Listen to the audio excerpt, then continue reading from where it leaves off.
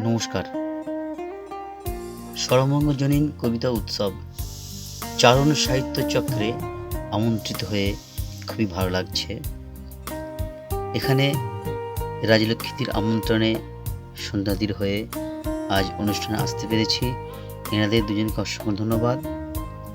একটি স্বরচিত কবিতার নাম অমৃত আলো, লেখা পাঠে গোপাল দাস। এ আলো অমৃত আলো, লক্ষ কোটি বছর ধরে গচ্ছিত আছে সাবধানে। বহুবার স্বপ্নে দেখেছে, স্বপ্নের রামধনু রং উজ্জ্বল, আনন্দমুখর প্রাণের আলো। বারবার ছুটে গেছে অদম্য ইচ্ছায়, স্বপ্নের কাছে হৃদয়, মনের দুয়ারে জানালায়। মরীচিকার চোরাবালির বাঁধ, গভীর অরণ্যের জলরাশি হাত ছানিয়ে দিয়ে ডাকে অনন্তবার। ব্যাকুল মন দিশেহারা অস্থির, প্রাণের আলো কোথায় একবার দেখার, জড়িয়ে ধরার। অমৃত আলো জীবনের সকল দুঃখ কষ্ট গ্লানি মুছে দিতে পারে এক নিমেষে, অতি অনায়াসে। শত বাধা বিপত্তি আটকে রেখেছে কঠিন শিকলে, আষ্টে পিষ্টে শিকরে কালো হাত গভীর অন্ধকারে।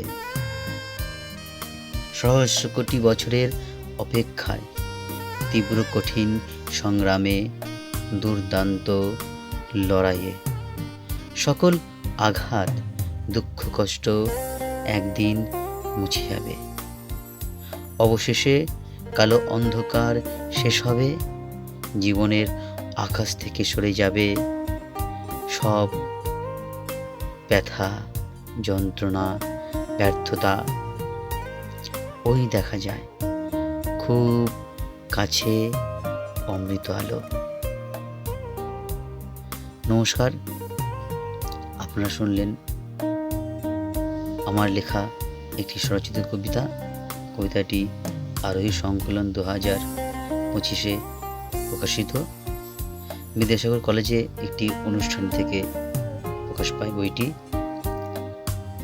এই লেখাটি এক স্বপ্নের কথা বলা হয়েছে, যে স্বপ্ন মানুষকে প্রতিনিয়ত বাঁচিয়ে রাখে, নতুন করে চলার পথ দেখায়, নতুন করে কিছু করার স্বপ্ন দেখায়। এই আলো অমৃত আলো, মানুষের জন্য এই কবিতা।